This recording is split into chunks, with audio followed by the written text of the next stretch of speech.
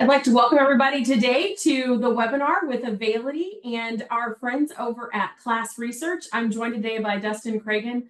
Dustin and I have known each other in the industry for probably over a decade now, and he and his team over at KLAS are a wealth of information, leading the research department and really helping to interact with providers in the revenue cycle management community to help to really provide information, provide background, and really a non-biased opinion on where you should be looking for partners, vendors, and what's going on in the market. So, Dustin, I'm really happy to have you with us today, and would love to have you share a little bit about what KLAS is doing right now, what you're seeing, and how our customers can actually participate with you and start to make a difference in the market. Awesome. Thanks, Chrissy, for the introduction. And I'm super excited about this. Chrissy, you've been a great friend for many years, and Availity's been a great friend to KLAS.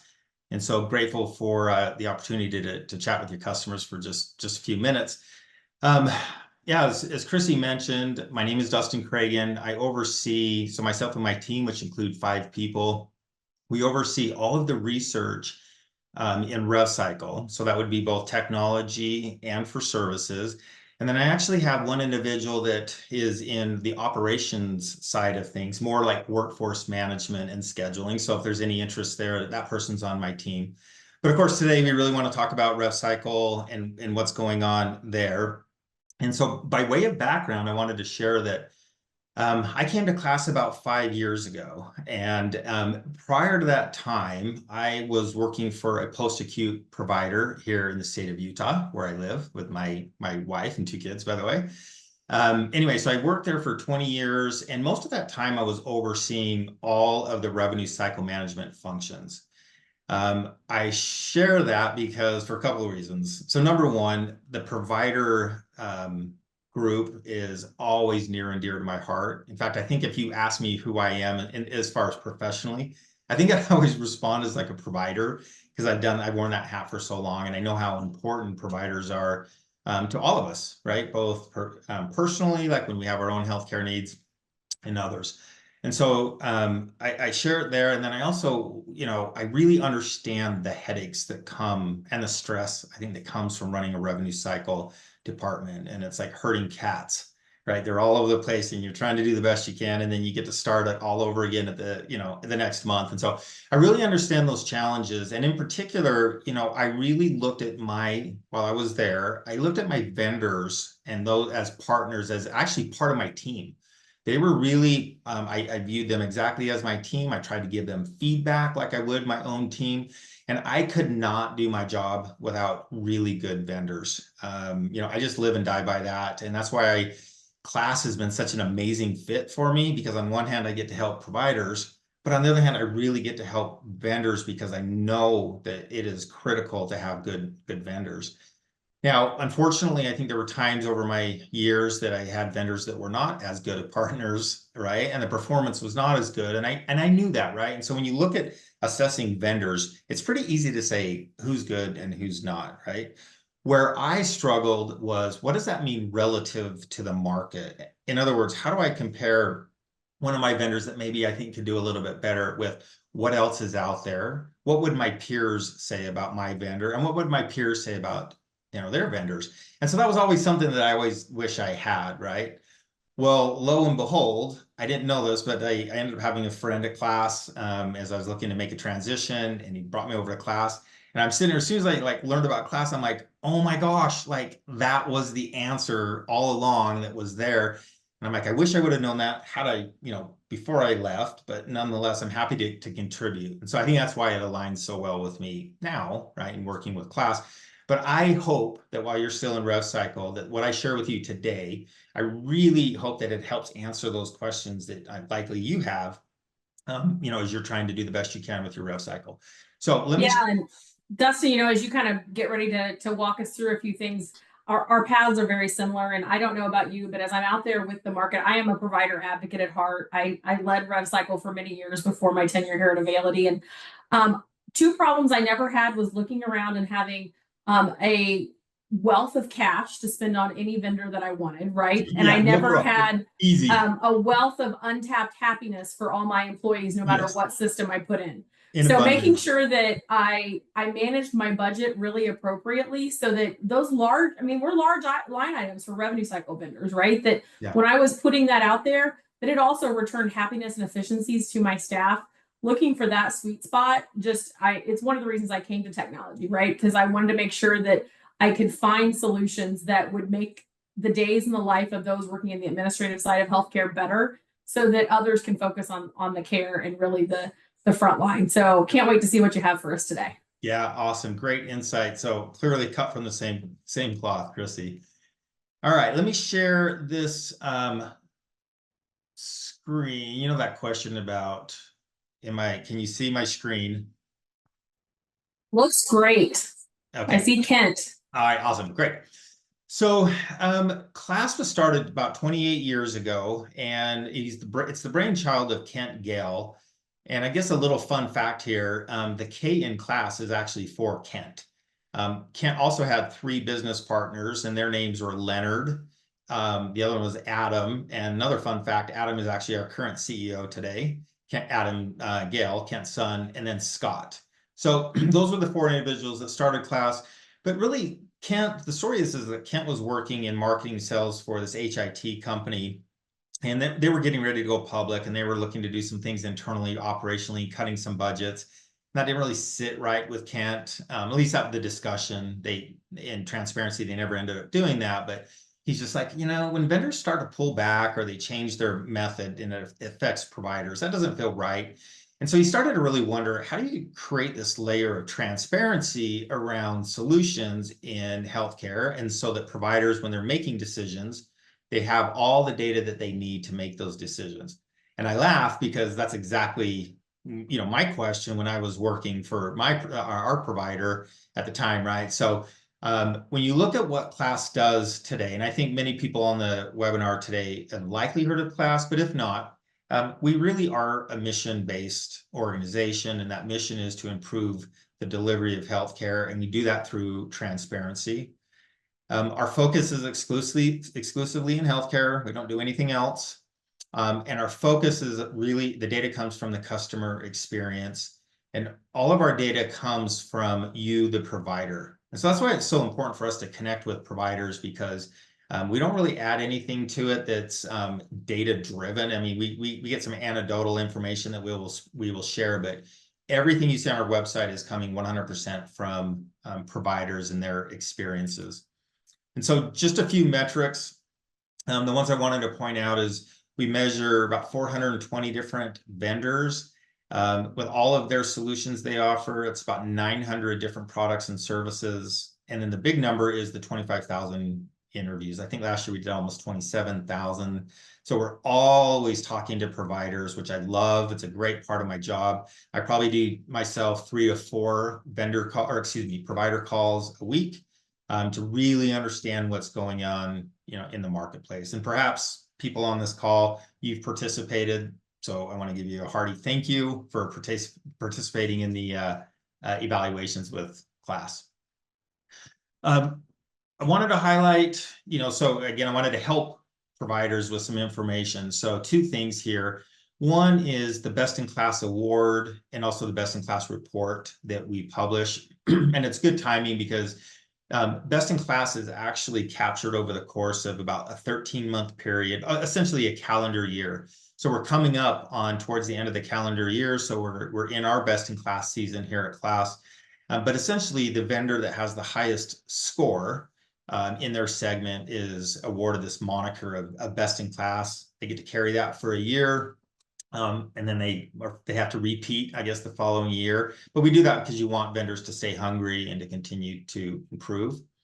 But all of that data is included in a report. It's our most popular report at KLAS by far. It's the most downloaded report. So you're going to hear me say this a lot, but all of this data is free for providers.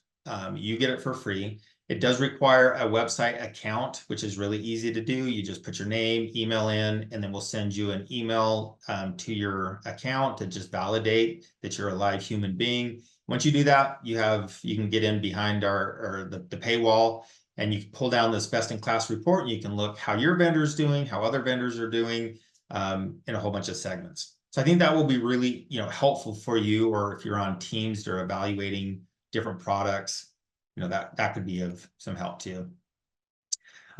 Additionally, this is just a graph, or a chart rather, of the different segments that we rate. You can see there's over 120 here, and there's a lot. And that would certainly explain why there's so many different best-in-class awards. We offer those awards in the different specific categories of where HIT vendors reside. Okay, so I think the most important thing, how do we do this, or what does this mean for you, ultimately, the provider? So there's this ecosystem that we follow, right? And the very first one is probably one of the most important ones, which is we have a live telephone interview with you, the provider, and those interviews last about 15 to 20 minutes. And there's no special preparation needed whatsoever. You're just going off of your top of mind. For software, we ask 20 questions. Services, it's like 14. There's a little less on the services side. But with the software, you would get questions like, and we often put it against a scale of 1 to 9. So on a scale of 1 to 9, what is the ease of use for your solution? Or a scale of 1 to 9, what is the quality of the training, or the implementation, or the proactive nature of the vendor that you're working with, and a score for your overall satisfaction. And so we take those 20 questions, we aggregate all of those together, which is the next step here. We compile it, we do a quality check, and it allows us to essentially take a user experience and to convert it into a quantifiable way, right? Is it perfect in every way? No, but it's a very great guide as to the satisfaction of use, right? At that point, and by the way, I'm just going to do a little bit of a plug. The one thing I love about talking to providers is that I also love our rural and smaller healthcare providers, I think, because I was in that category a little bit and I felt overlooked, both with resources and other things. But the voice of a rural, any provider, small hospital, whatever, carries the same weight as like a CEO of one of the largest health systems in the United States. If we do an evaluation, they count the same. So, I love that your voice and your knowledge matter and is counted. It can be seen and heard through KLAS. We're kind of like a megaphone that you can share. And we hope that you're sharing it for the vendors that are doing a great job. And you want other providers to know about that, and other areas of vendors that need to improve, how they need to improve, so other providers are aware of that, right? So it's a great way of just giving back into healthcare. So continuing on in the ecosystem, we then research and analyze the data, the trends, the insights. So for example, during COVID, we were able to see how scores were starting to change during COVID, or the latest change, cybersecurity incident, and what was happening with clearinghouses and what providers were doing and how they were feeling about things. So we'll look at that, basically what's going on. And right now it's big on AI, right? We're getting a lot of discussion around AI, what's real, what's not. So we gather all of this information. And then here's what's in it for you, ultimately, the provider, right? We share that back to you. And I said, I'd tell you, we're going to talk about free a lot, but we give that back to you through our website, through reports, even through our events. And so a lot of the ways that I see this data being used, one, if you're starting to question sort of your own vendor mix and you're wondering who else is out there, this is a good way to look and see, hey, who else is out there and how are they performing? I've had groups that are on a committee, a buying committee, and they actually want to have a call with us, and I'll go through all of the data that we have so they have a better clarity and understanding of how the vendors are improving, or excuse me, how they are performing. Or if they're just at an RFP and they're trying to decide between two vendors, this can be a tipping point, or they can know what to ask in the RFP based on the data. So a lot of ways to use the data, again, free, all there for you. And then finally in the ecosystem is the vendor leadership teams that we work with. And I absolutely love that. I told you, I love working with vendors that have high quality, do a great job. Right now, Availity, you guys on our website, obviously scoring very, very high performing vendor. And it's a joy to work with vendors that care so much and trying so hard. But we take the good and the bad. It's never bad. Feedback's never bad, right? It's just input, it's just data. But we take that data and we share that with vendors, and hopefully they operationalize that. So if we're getting feedback that the training could be better, Hopefully they operationalize that and overhaul the training, and then ultimately you, the provider, gets a better result as the vendor continues to improve in certain in areas. So just I think I'm up against time, but a few final thoughts that I think are really important that I'd like to share as far as giving back. One is we actually do events as well. A little plug for our revenue cycle event at the end of October. It's October 29th and 30th. And one thing that I believe, in KLAS, we just don't always do a great job promoting this, but providers do not pay to come to our events. It's actually subsidized through other revenue streams. So it's free to come, and including the lodging. So this year it's at Deer Valley, or not Deer Valley, Park City, close enough, just over the hill, but Park City. It's a 2-day event. You do have to pay for your airfare. We unfortunately don't cover that. But if you want to come to Park City and come and find out what's going on in RevCycle, we are closed to vendors, but we still have seats for providers, and we would love to have you. You can just register on our website. So little plug there, but another event that we do is the K2 Payer Provider Collaboration Summit that you see here on my screen. That event is about bringing payers, bringing vendors, and bringing the providers together to understand the friction points in that relationship. And Chrissy, you'd agree there's zero friction between payers and providers. Oh, exactly. So there's nothing to talk about, right? Wink, wink. Exactly. I can't imagine what they would talk about. So anyway, we get together and we talk about these friction points, right? And then we actually put together by the way, that's free for providers. You should come. It's in May. That's a great event, and that's in Salt Lake City. But this report is a summary of everything we discussed over the 2 days. So even though you were not able to attend as a provider, go to our website. In the upper left-hand corner, it says reports. Click on that. You can find this very report to download. On the left-hand side shows the main topics that came up during the course of this. And I'd highlight a lot of prior auth discussion. I know that's a major issue in RevCycle, and how do we fix that? And also utilizing AI, a lot of the payer AI, provider, vendor AI, and analytics and what's going on there. So a lot of great content. And then finally, in this same event, one of the things that we do that I think is really cool. So we do what we call a points of light report. And as the name suggests, in points of light, we're looking for partnerships between the three, which is payer, provider, and a vendor, that are showing the way of where technology can really reduce administrative churn and the friction that is taking place. So you can submit your use case, and then you can even present it. There were 22 reports. I grabbed number 16, which includes Availity. But in this case, the collaborators were Harmony Park Family Medicine, Humana, Athena, and then, of course, Availity. And this was all about FHIR APIs. And what's interesting about this one is that I just did a lot of research last couple of weeks. FHIR APIs are clearly the standard with the regulations coming, but we haven't seen broad adoption at any stretch yet. It's still very much emerging as far as the adoption of it. And so I think it's super cool that Availity and Athena and Humana and everybody are working on this, because this is what the future is going to be when it comes to prior auth. And certainly the hope is that once it gets broadly adopted, that prior auth becomes a much easier transaction than it is now. But the point of all of this is to say there's 21 other reports in there. And so if you're a RevCycle leader and you're wondering, hey, what's emerging, what's happening out there, you can come and download those individual reports. And they're also summarized back in this report here that I talked about. So anyway, that's the events. Just to summarize, look, the website, it's free. If you have problems getting an account, let me know. If you ever want to talk on the phone, I'm happy to walk you through any of our data. You should never question how your vendor is stacking up against others based on the feedback your peers are giving. And by the way, if you do want to do an evaluation, you can also submit that through our website, and then we do a follow-up call just to talk through it. And you can talk about any vendor you want.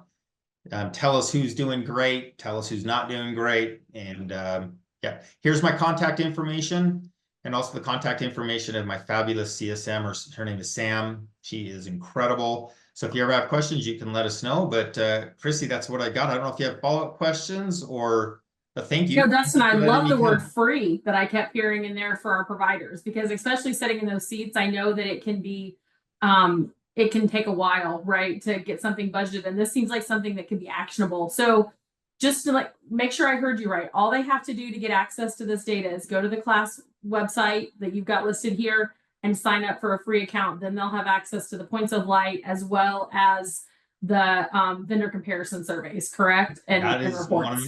100% correct. And we would love, again, just a little shameless plug. We would also love for you to contribute to the data set, because the data set, again, comes from you, the provider. And so your contribution helps fill the bucket back up, right? So feel free to do a quick evaluation. But yes, you got it exactly right. I can't add anything to I that. love I love that part as well, because just if you could touch on maybe really briefly just how you get the data, right? Like Availity, we don't get to cherry pick for all of our customers, right? Like we don't Yeah. just we love to hear the good, the bad, and the opportunities. We like to say bad's never bad, it's always an opportunity. So it is a full breadth of a customer base, right? Dustin, that can contribute. It's not vendor picked or vendor specific the way that those are identified.